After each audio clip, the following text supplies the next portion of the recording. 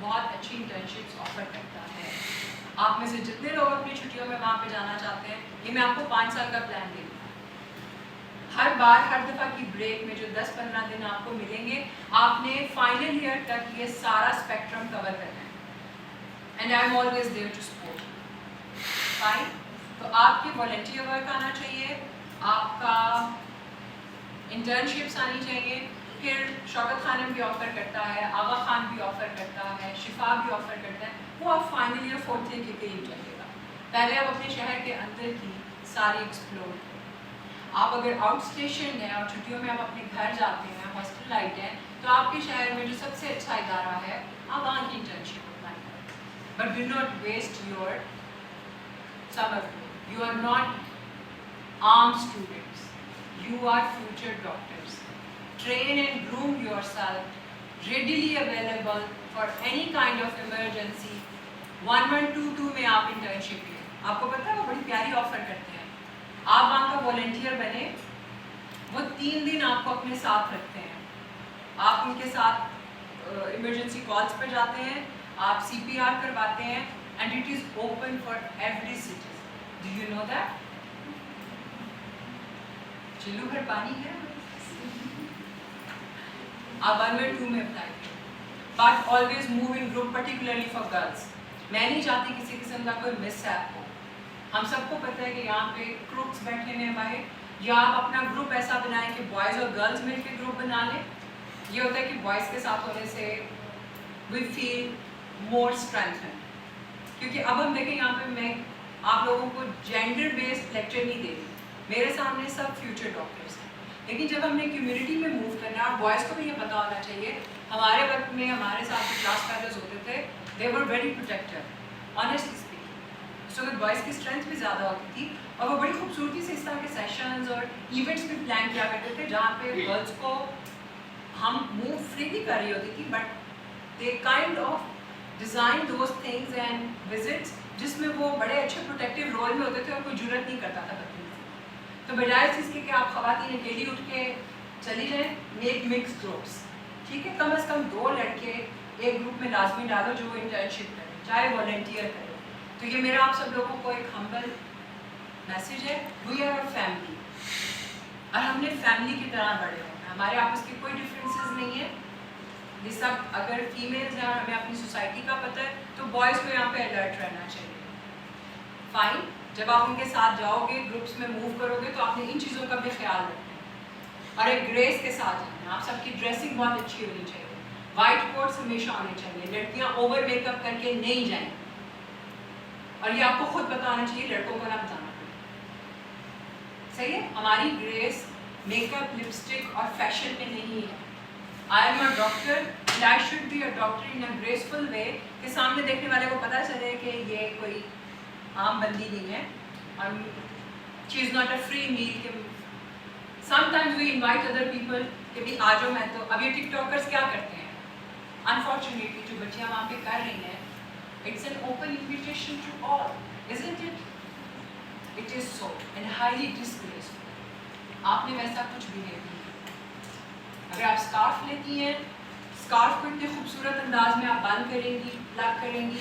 दुपट्टा लेती हैं तो दुपट्टा इतना खूबसूरत फिक्स होना चाहिए कि आप बार बार वहाँ पे हुस्न आरा की तरह अपना दुपट्टा ना ठीक कर लें, बिकॉज यू आर प्रोफेशनल। आपने अपने लिए एक फील्ड चूज कर लिया है, पर्दा, स्कार्फ, निकाब, आपके एक लड़की को देख के इमेज में सो प्लीज़ ये बातें भी शायद हमारे यहाँ नहीं सिखाई जाती, और मेरी मॉरल ड्यूटी है एज ए फीमेल टीचर कि मैं आपको ये भी बताऊँ। और बॉयज़ की सेम वे में ये आएगी कि आपकी अगर दाढ़ी है तो वो ट्रिम्ड होनी चाहिए, बाल अच्छे हों, जेल के साथ आपने किए हों, ग्रेस आनी चाहिए।